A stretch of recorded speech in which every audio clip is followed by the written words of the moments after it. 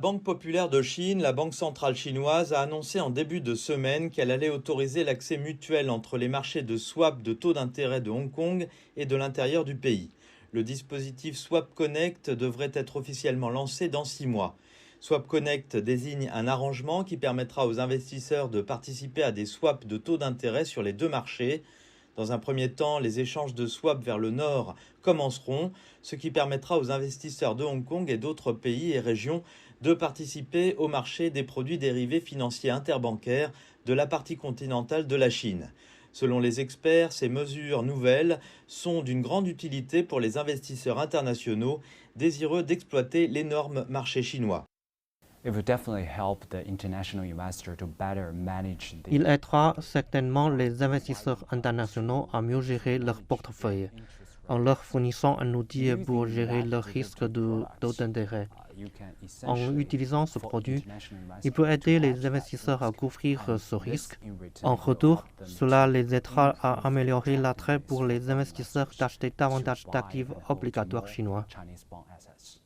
Beijing a également lancé l'ETF Connect qui exploite la demande croissante des investisseurs internationaux pour le ETF onshore. Le terme ETF désigne les produits de fonds négociés en bourse. Ce sont des produits négociés passivement dans des paniers d'actions. ETF Connect désigne la connexion permettant aux investisseurs nationaux et étrangers d'accéder aux produits ETF cotés sur les marchés onshore des actions A et les marchés de Hong Kong. Selon M. Liu, de la CICC, l'ETF Connect renforcera l'attrait international du marché des actions A, en particulier pour les investisseurs à long terme intéressés par les histoires thématiques et les opportunités sectorielles de la Chine. Il ajoute que le swap et l'ETF Connect indiquent la ferme volonté de Beijing d'ouvrir davantage les marchés financiers chinois. Ce sont des signaux clairs que les décideurs chinois continueront à promouvoir les efforts pour ouvrir davantage ces marchés de capitaux.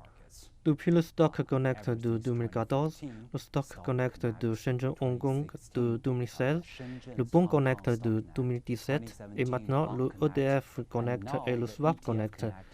Chaque étape a marqué une étape importante pour non seulement ouvrir le marché financier national aux investisseurs étrangers, mais aussi essayer de faciliter leurs investissements sur les marchés nationaux. Monsieur Liu estime que cette mesure permettra de poursuivre la libéralisation des marchés financiers chinois et d'accroître l'attrait des actifs libellés en yuan.